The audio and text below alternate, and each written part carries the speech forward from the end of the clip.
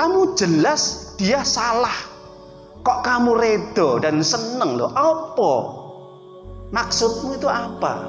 Dia berani menyembah selain aku, dia berani menyembah patung, menyembah dewa, menyembah pohon, menyembah orang mati, menyembah api, dan berani merubah hukum-hukumku, kok kamu seneng? Tidak ada penolong nanti pada hari kiamat. Jadi hati-hati Bapak Ibu. Kalau orang seneng dengan perbuatan dolim apa saja, bisa menyebabkan dia dolim. Maka tidak ada kedoliman yang paling berat kecuali apa? Syirik.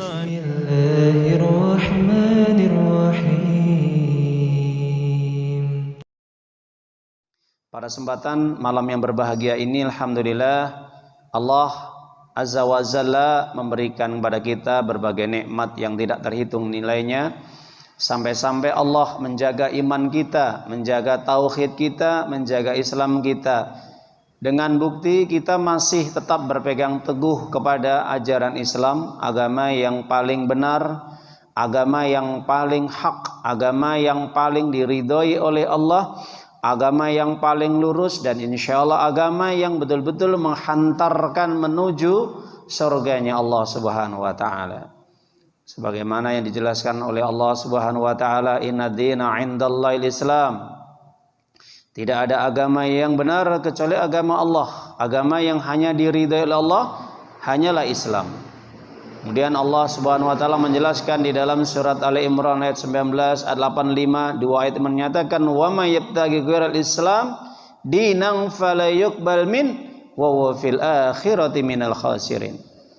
Di dalam surat Ali Imran surat yang ketiga ayat 19 dan ayat 85 ini membuktikan bahwasanya agama yang Allah turunkan kepada nabinya yang mulia Muhammad Rasulullah sallallahu alaihi wasallam yaitu agama Islam, agama tauhid, agama yang mengajarkan, memerintahkan kepada manusia agar hanya tunduk, patuh, taat, berserah diri hanya kepada Allah Subhanahu wa taala semata, dan tidak boleh tunduk, patuh, berserah diri kepada selain Allah. Kenapa? Itu yang dinamakan Islam. Islam diambil dari kalimat aslama yuslimu islaman, berserah diri, tunduk, patuh, merendahkan diri hanya kepada Allah. Jadi kita bersyukur pada Allah Subhanahu wa taala, kita membuktikan bahwa Allah adalah satu-satunya Al-Khaliq yang menciptakan, Al-Mudabbir yang mengatur, Al-Mumit yang mematikan, Al-Muhyi yang menghidupkan, Ar-Razaq yang memberikan rezeki. Dan Allah juga Al-Malikul Malik, yes, raja dari sang raja dari seluruh alam semesta ini, dan dia menguasai Malik Yaumiddin, yang menguasai hari pembalasan. Bahkan nanti pada hari kiamat ketika manusia dikumpulkan, yuhsyarun nas ila yaumil qiyamah, faqala Allah azza wa jalla ainal mutakabbirun ainal jabbarun. Allah akan memanggil siapapun mereka yang semasa hidupnya mengaku sebagai penguasa, sebagai raja, yang dimana penguasa raja berlaku sifatnya sombong, berlaku angkuh, berlaku sombong, diktator, otoriter, berbuat sewenang-wenang, bahkan melampaui batas, mengambil apa yang menjadi miliknya Allah, yaitu apa? Dalam hal penciptaan, mengatur kehidupan manusia. Maka orang-orang yang dia berani sombong di muka bumi ini, yang mereka mengatasnamakan akulah raja, akulah pemimpin, akulah penguasa, dipanggil oleh Allah, ainal jabbarun, ainal mutakabbirun. Mana orang-orang yang semasa hidupnya mereka berlaku sombong, mereka berlaku angkuh, sini akan aku hinakan mereka. Mereka menjadi binatang yang paling kecil dan diinjak-injak oleh manusia, dihinakan oleh Allah nanti pada hari kiamat. Naudzubillah. Jadi para jamaah Bapak Ibu yang dimulakan oleh Allah, maka hendaknya kita sebagai orang muslim mukmin, hendaknya kita senantiasa takut kepada Allah, takut akan siksanya Allah, takut akan di mana Allah akan menampakkan balasan-balasan bagi orang-orang yang berlaku sombong, angkuh, adigung adiguno, dumeh, sok merasa ya paling berkuasa, paling benar, paling suci, paling ini dan itu, dan merendahkan orang lain manusia, bahkan sampai berbuat dolim kepada manusia. Tapi apa yang terjadi para jamaah Bapak Ibu? Maka itulah kondisi di mana ketika semakin dekatnya hari kiamat di akhir zaman yang kita rasakan, Nabi sudah memprediksikan 14 abad yang telah lalu, 1400 tahun, bahwa nanti semakin dekatnya hari kiamat di akhir zaman yang kita rasakan ini sudah betul-betul tampak. Bahkan sejak Nabi SAW Tasik Sugeng masih beliau hidup aja sudah banyak kerusakan, penyimpangan dan kesesatan yang luar biasa dahsyatnya. Belum munculnya Dajjal laknatullah alaihi yang mengaku Tuhan, dan sedikit mereka yang selamat dari fitnah Dajjal. Kita berlindung, nas'alullah al-afiyat al-mu'afata min Dajjal kadzabun. Kita berlindung keselamatan, minta kepada Allah dari fitnah Dajjal, ya, dari segala tipu daya yang dimana Dajjal nanti berusaha untuk memurtadkan kebanyakan manusia dan menjadi pengikutnya untuk masuk neraka jahanam. Naudzubillah.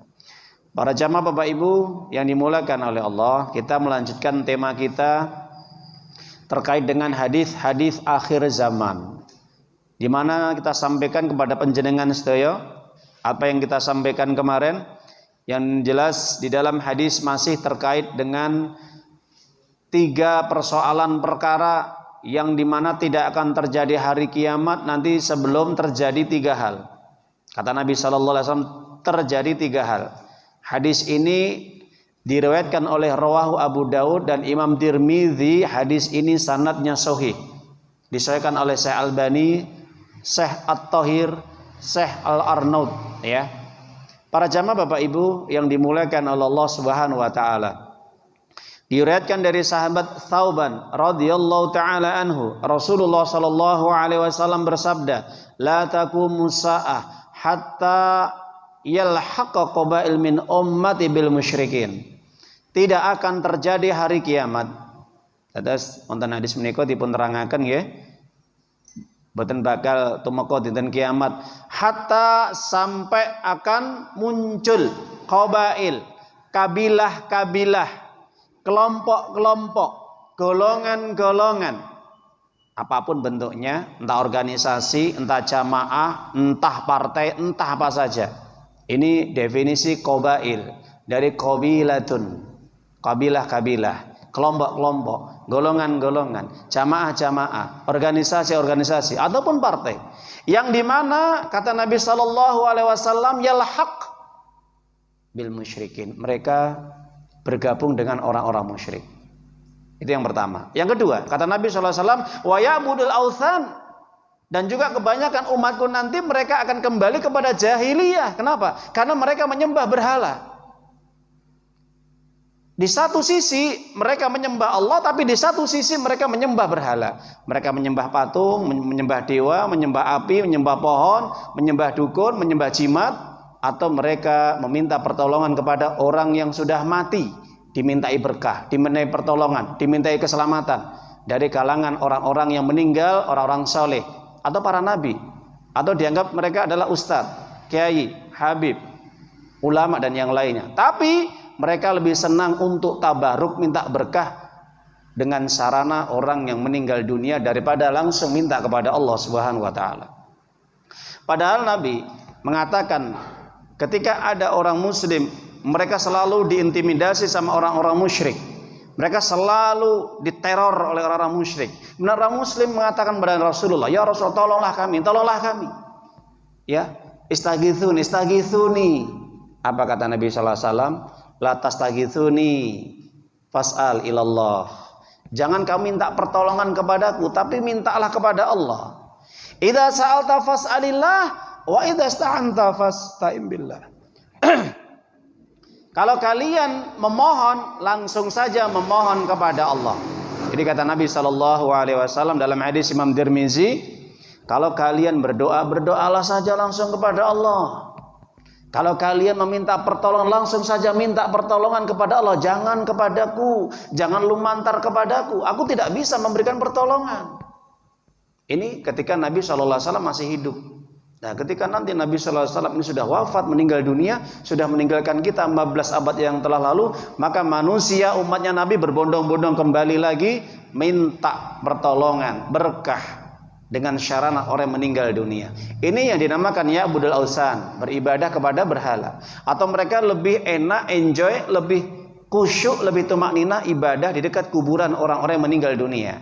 Mereka membuat akra, bersembelih, berkorban di pinggir kuburan orang yang meninggal dunia. Mereka membangun bangunan yang luar biasa bagusnya, kubah-kubah, ada lampu-lampunya, ada pagarnya, ada temboknya. Habis berapa juta untuk bangun bangunan di atas kuburan orang yang meninggal dunia. Daripada mereka menyantuni fakir miskin, anak yatim, para janda dan dakwah di jalan Allah. Uangnya lebih mereka gunakan untuk mempercantik, memperindah kuburan. Itu yang dimaksud para ulama ya'budul ausan. Mereka membaca Al-Quran di pinggir kuburan, mereka tawaf melilingi kuburan, ya. Mereka lebih tumakninah, khusyuk di kuburan daripada di masjid, di musola atau di tempat-tempat yang disucikan oleh Allah Subhanahu wa taala. Terjadi hari ini para jamaah. Bahkan sebagian kaum muslimin mengatakan, ya, ketika mereka senang dengan tokoh-tokoh ataupun ulama-ulama yang mereka gandrungi, yang mereka senangi, sampai dibuatkan patung di rumah mereka. Dibuatkan patung di rumah mereka. Ada gambar yang besar sekali. Mereka puja-puja, mereka kultuskan. Nah, itulah kondisi di akhir zaman sebelum terjadi hari kiamat, kembali kepada jahiliyah. Ya'budul ausan, beribadah kepada patung itu maksudnya bukan kok patung disembah-sembah, bukan. Ya, artinya mereka lebih mengagungkan para tokoh-tokoh mereka, ulama mereka, melebihi menghormati Allah, mengkultuskan Allah, mensucikan Allah. Sampai seperti itu kejadiannya. Bahkan yang ketiga kata Nabi, inna sayakunu fi ummati, akan terjadi hari kiamat nanti, tidak akan terjadi hari kiamat nanti sebelum nanti banyak di antara mereka yas'umun nabiyun. Mereka mengaku nabi. Ada salasun kadzabun, dalam riwayat yang ada 30 yang mengaku nabi. Ini sudah terjadi pada zaman Nabi sallallahu alaihi wasallam. Ini muncul orang-orang mengaku nabi, ada Musalamah, ada kemudian Saja'ah, ya. Ada juga Muhammad Ali, ya. Siapa namanya? Juga ada dijelaskan kemarin itu, banyak lagi, ya. Saya lupa untuk mengulangi kembali. Jadi ada 30 yang mengaku nabi, yang mereka ini berani, ya, untuk melawan Nabi. Sampai seperti itu, apalagi setelah beliau wafat. Lebih banyak lagi, di Indonesia banyak ngaku Nabi. Ya, Ahmad Musaddiq. Nah, itu.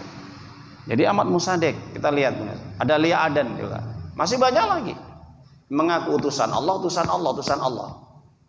Padahal kata Allah, "Makana Muhammad ya aba'akum min ahadim rijalikum walakin Rasulullah wa khataman nabiyyin." Di dalam surat apa yang sudah kita sampaikan, ya, bahwa Nabi Muhammad SAW itu bukan termasuk bapak-bapak di antara kalian, tapi dia adalah seorang Rasul utusan Allah.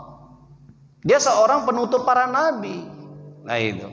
Jadi Nabi ini adalah penutup para nabi SAW, ini penutup para rasul-rasul yang terdahulu. Tapi ketika terjadi hari kiamat akan dekat ini, maka akan banyak orang yang mengklaim sebagai nabi, dapat wangsit, dapat ini dan itu, bermimpi, didatangi malaikat Jibril, datangi malaikat ini dan itu, ada perintah ini dan itu. Itu adalah hembusan-hembusan syaitan yang berusaha untuk mengkaburkan umat dengan melalui wakil-wakil setan tadi, entah itu dukun, paranormal, atau orang pintar. Jadi kalau ada orang ngaku nabi, itu dukun, itu orang pintar, itu kahin, itu arraf, kata Nabi sallallahu alaihi wasallam. Jangan dipercaya. Kenapa? Karena Nabi sendiri mengatakan, wa ana khataman nabiyyin la nabiyyun ba'di. Tidak ada nabi setelahku. Enggak ada nabi setelahku. Jadi kalau ada nabi-nabi, jelas itu kadzabun, dajjalun, dajjal, pendusta. Kalau dalam pemerintahan Islam, kalau ada pemerintahan Islam itu dipanggal kepalanya, habis, sudah selesai. Nggak dikasih ampun sudah. Tapi karena nggak ada hukum Islam, ya sudah, hukum manusia, mereka mungkin dipenjara 5-10 tahun, keluar lagi, ngajarkan lagi keyakinannya. Kenapa? Keyakinan itu nggak bisa dihilangkan, Bapak Ibu, nggih. Sulit sekali. Makanya aliran-aliran sesat itu di Indonesia kurang lebih ada 300 bahkan lebih itu bergentayangan. Kenapa? Karena memang negara bebas, monggo. Mau keyakinan apa saja, mau murtad silahkan, nggak ada paksaan. Padahal kata Nabi sallallahu alaihi wasallam, man baddala dinahu faqtuluh. Siapa yang mengganti agamanya, hukum dia, bunuh. Itu dalam aturan Islam, yuk, kacamata Islam. Mengganti agama saja dibunuh, apalagi berani mengaku nabi. Nah, itu taib. Para jamaah Bapak Ibu yang dimuliakan oleh Allah Subhanahu wa taala, kemarin sudah saya jelaskan secara jelas tentang dua persoalan, yang dimana pertama adalah tentang munculnya para nabi palsu, kemudian yang kedua juga bagaimana umatnya Nabi Sallallahu Alaihi Wasallam ini menyembah berhala. Sekarang yang terakhir adalah yaitu umatnya Nabi Sallallahu Alaihi Wasallam ini dikatakan oleh Nabi hatta yalhaq qabail bil musyrikin. Nah, ini pembahasan kita adalah hari ini bagaimana umatnya Nabi Sallallahu Alaihi Wasallam nanti akan muncul mereka kabilah-kabilah, ya. Jadi golongan-golongan yang mereka ini bergabung dengan orang-orang musyrik, ya. Ini menjadi tema kita insyaallah. Para jamaah Bapak Ibu yang dimuliakan oleh Allah Subhanahu wa taala. Kalau kita kembali kepada ayat-ayat Allah Subhanahu wa taala sebenarnya sudah jelas, ya, terang, benderang, seperti, ya, siang bolong, seperti sinar matahari yang begitu terang. Maka hanya orang-orang yang hatinya tertutup yang tidak bisa membedakan antara al-haq wal batil, antara ahlul haq wa ahlul batil. Mana mereka yang mengikuti kebenaran dan mana mereka yang mengikuti kebatilan, ya. Mana mereka yang betul-betul lurus agamanya, mendakwahkan iman, tauhid dan sunnah Nabi Sallallahu Alaihi Wasallam, dan mana mereka yang mendakwahkan kebatilan, kesesatan dan penyimpangan. Mana mereka yang menjadi ansurullah, ansuru rasul wa ansuru dinil Islam, menjadi penolong agama Allah, penolong rasulnya dan penolong agama Islam, dan mereka menjadi ansurut tawagid wa ansurul syaitan wa ansurul musyrikin wa ansurul kafirin. Mereka yang menolong agama-agama tagut, menolong orang-orang musyrik, menolong orang-orang kafir.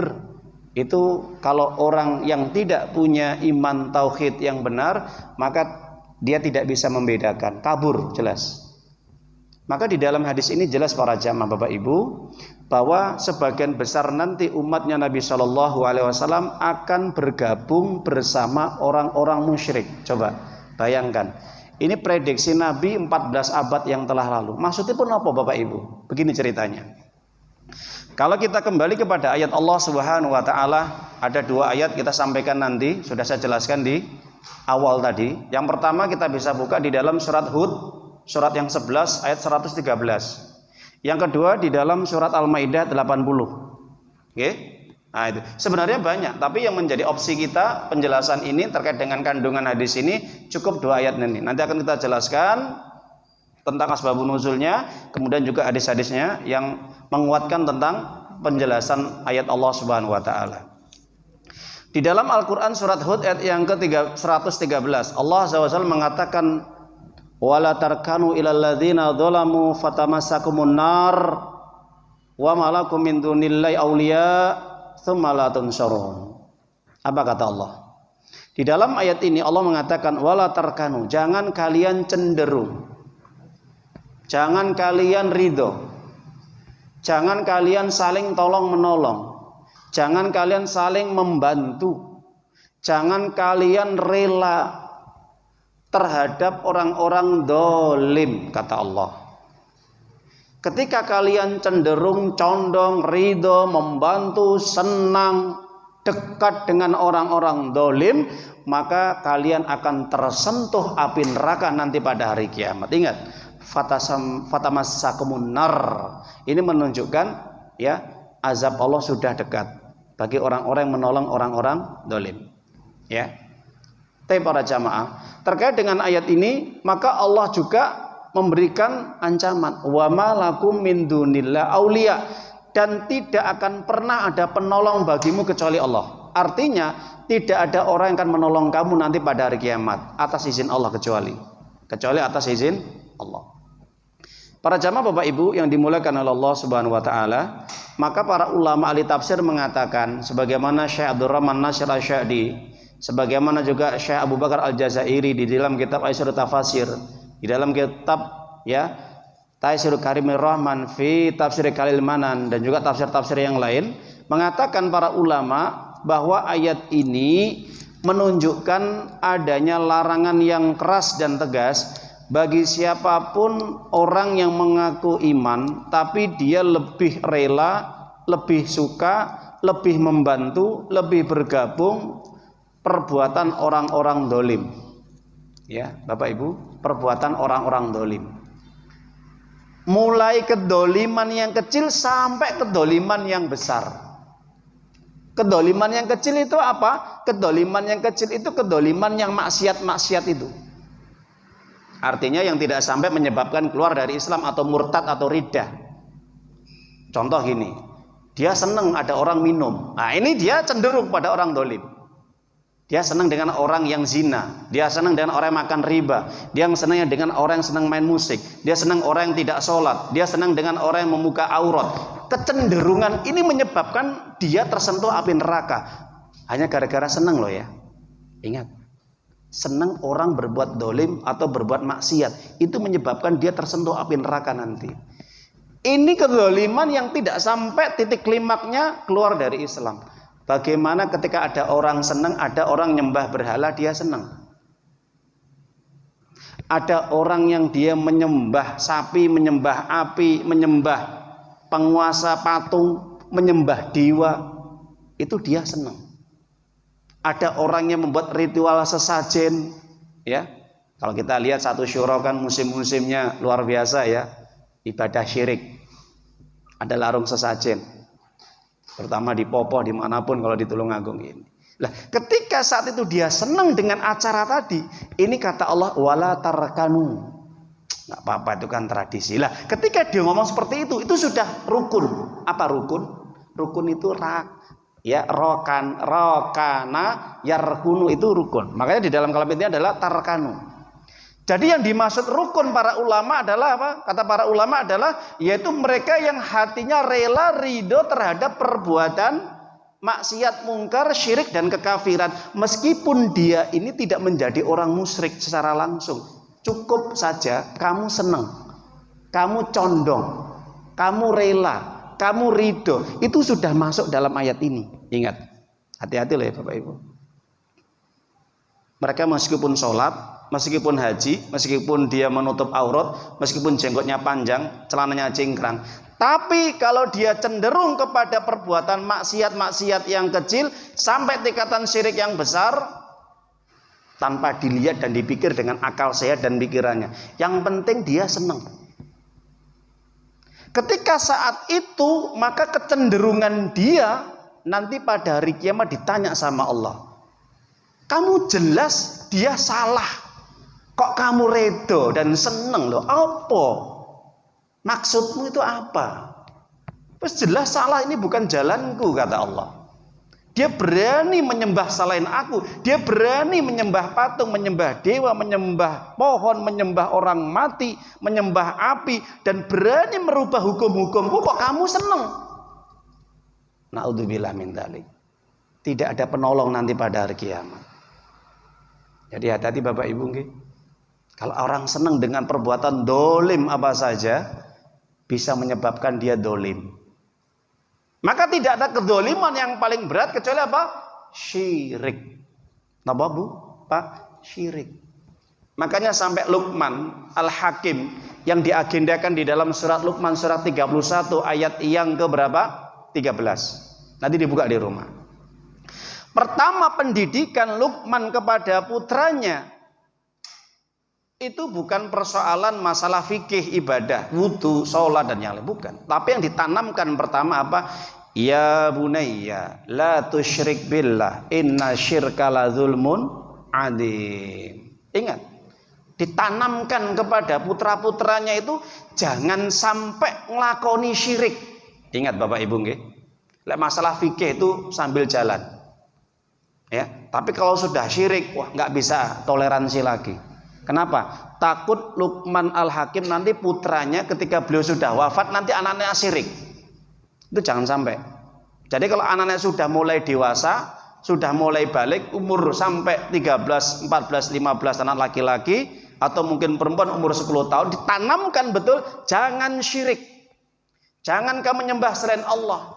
Jangan kamu mencari tandingan-tandingan bagi Allah. Jangan kamu berani untuk menganggap ada sesuatu yang lebih kuat, besar, hebat daripada Allah Subhanahu wa taala.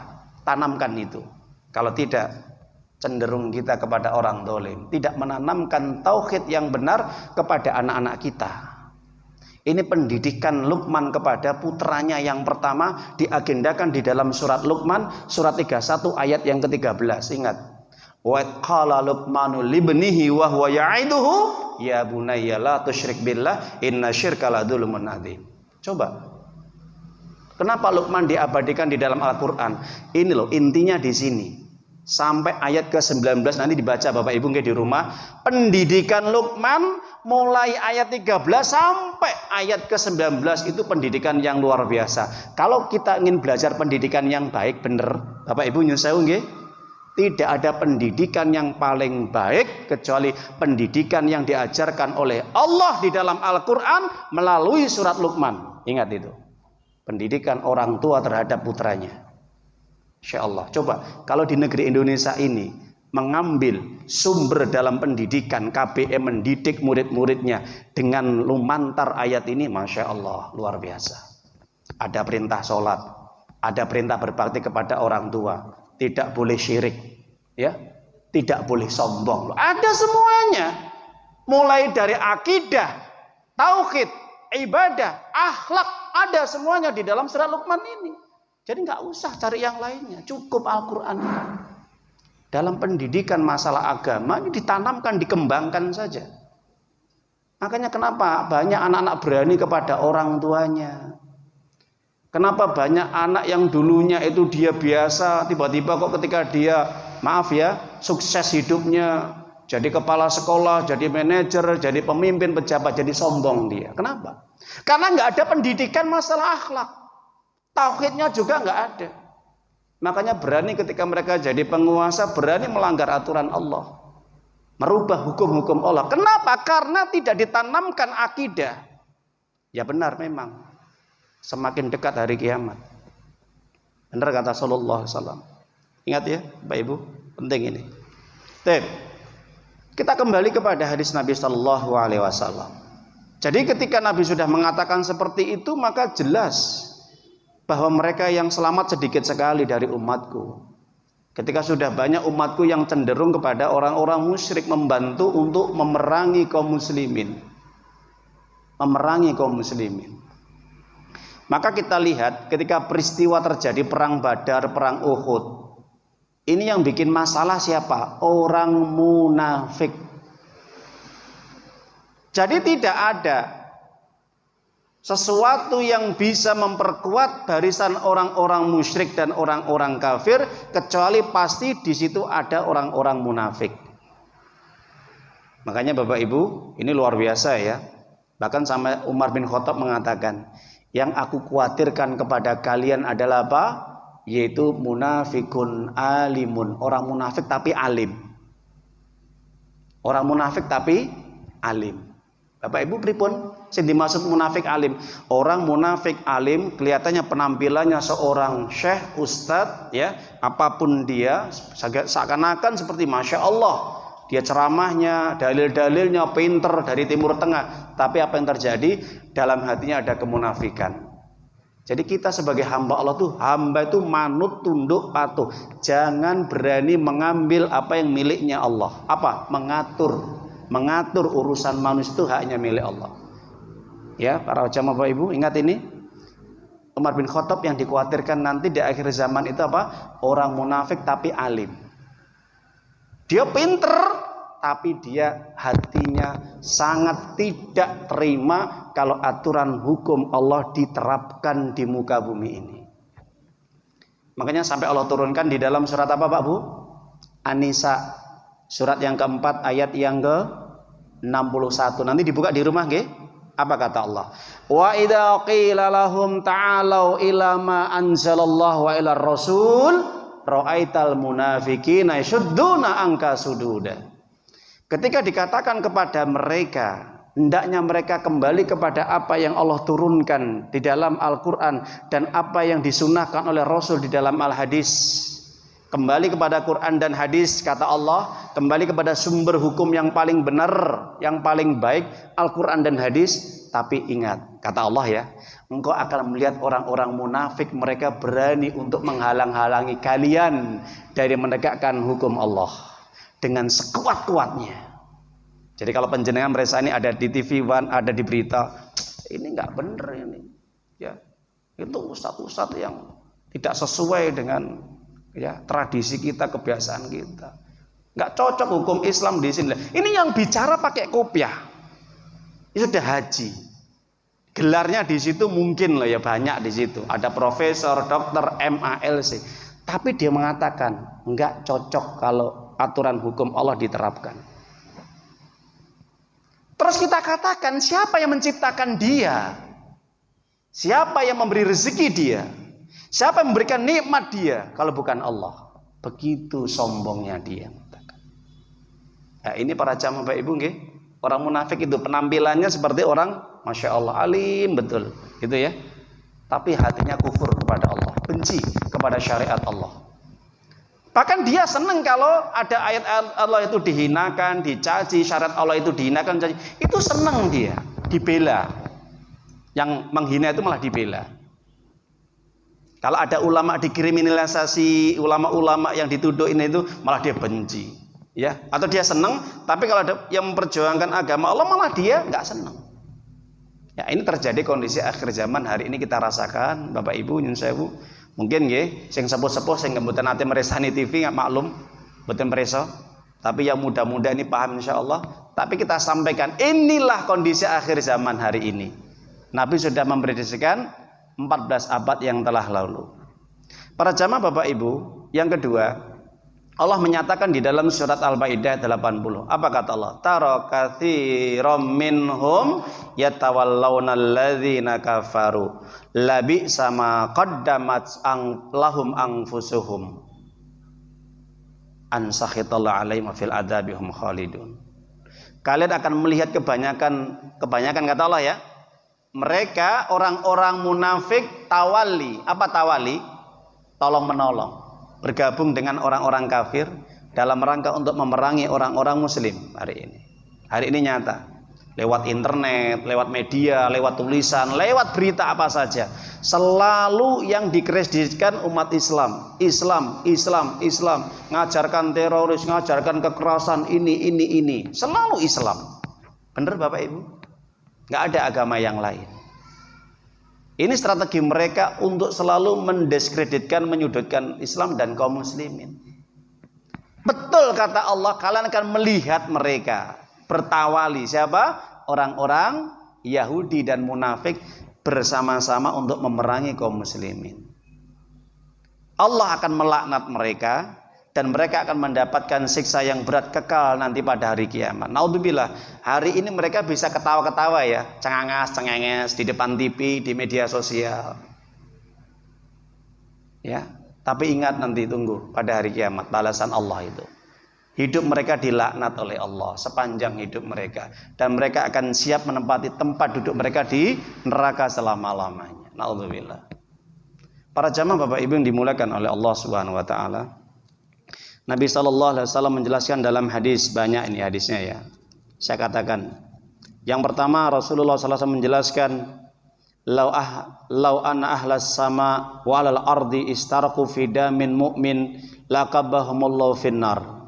Di dalam hadis Imam Tirmidzi dikatakan, seandainya penduduk langit atau penduduk bumi mereka beristirokah. Istirokah itu adalah mereka berkolaborasi, mereka berbondong-bondong, tolong-menolong untuk memerangi umat Islam, maka Allah akan memasukkan mereka ke dalam neraka semuanya. Ingat itu Bapak Ibu ya, ini ancaman dari Nabi. Orang yang benci terhadap agama Allah dan kaum muslimin dan senang dengan berpecah belah, senang dengan mereka berkotak-kotak, ya. Senang mereka tidak boleh bersatu. Senang kalau mereka ini saling gontok-gontokan dan saling bermusuhan. Ingat, ini mereka akan dimasukkan ke dalam neraka. Jadi para jamaah Bapak Ibu, kita sebagai orang muslim harus menjaga persatuan, persaudaraan, nggak boleh. Meskipun beda ya dalam khilafiyah, masalah fikih dan itu, jaga persatuan, jaga persaudaraan, nggak boleh. Ya, tidak boleh mengagungkan ustadz ini, kultuskan ustadz ini. Ini kalau kita nggak ngaji ustadz ini nggak manhaj kita. Ya, yang penting satu, akidahnya benar. Paham syirik, paham tauhid, walak wal baroknya jelas. Nah kalau yang dibela ustadznya mereka bertawali kepada orang-orang musyrik, orang kafir yang melegalkan hukum selain hukum Allah, merubah hukum Allah dilegalkan. Hati-hati ini. Ini bahaya sekali. Ya, hari ini nih luar biasa subhatnya. Jadi menyambar-nyambar kalau bahasanya para ulama itu. Jadi kalau kita nggak pinter, cerdas, pakai akal kita, mana ini ustadz yang jujur, amanah, menegakkan kalimat Allah, membela agama Allah, dan mereka yang abu-abu dan sebagaimana sirul umaro, bentengnya para penguasa yang dolim. Kelihatan nanti insya Allah. Kelihatan betul para jamaah Bapak Ibu. Baik. Yang kedua, Rasulullah SAW menyatakan dalam hadis, man a'ana ala qatli mu'min walau bi syartin kalimatin maktubun baina ainaihi ayisun min rahmatillahi ta'ala.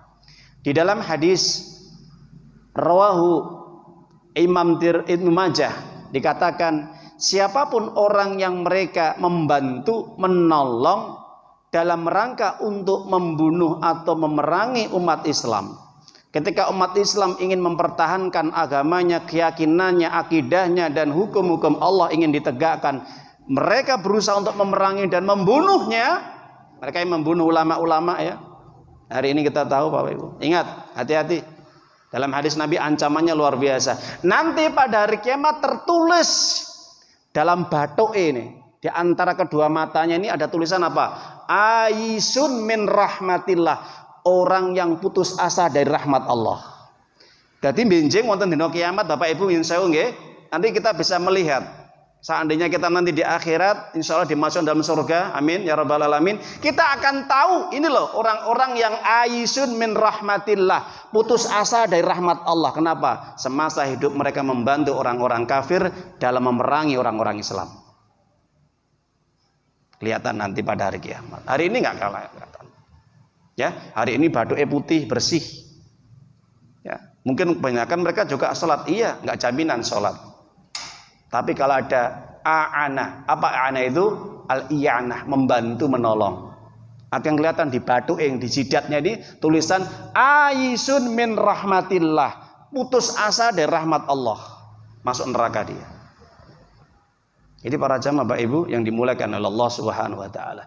Itulah gambaran-gambaran bagaimana Allah dan Rasulullah SAW menjelaskan kondisi semakin dekatnya hari kiamat ya, dan akhir zaman luar biasa. Kalau kita tidak bisa ya membedakan mana yang benar dan mana yang salah, ya seperti itu kondisi. Apalagi berita-berita hari ini luar biasa subhatnya ya. Jadi kalau nggak bisa mengenal ini orang yang lurus akidahnya, orang yang jujur ucapannya, ini yang abu-abu, pendusta, ini sudah katut kita. Makanya kata Allah, hati-hati, jangan kamu ikut terseret ya, menyebabkan kamu tersentuh api neraka. Cenderung, condong, membela, latah, rela, ridho kepada orang-orang dolim. Ingat, ini bisa sampaikan, saya bersaksi di hadapan Allah nanti. Apa yang saya sampaikan ini jelas karena sudah saya sampaikan di hadapan panjenengan. Tinggal bagaimana panjenengan mensikapinya kondisi akhir zaman ini. Itulah hari ini kita merasakan luar biasa ya ujian hari ini bagi kaum muslimin. Ayyuhalladzina amanu ittaqullaha haqqa tuqatih wa la tamutunna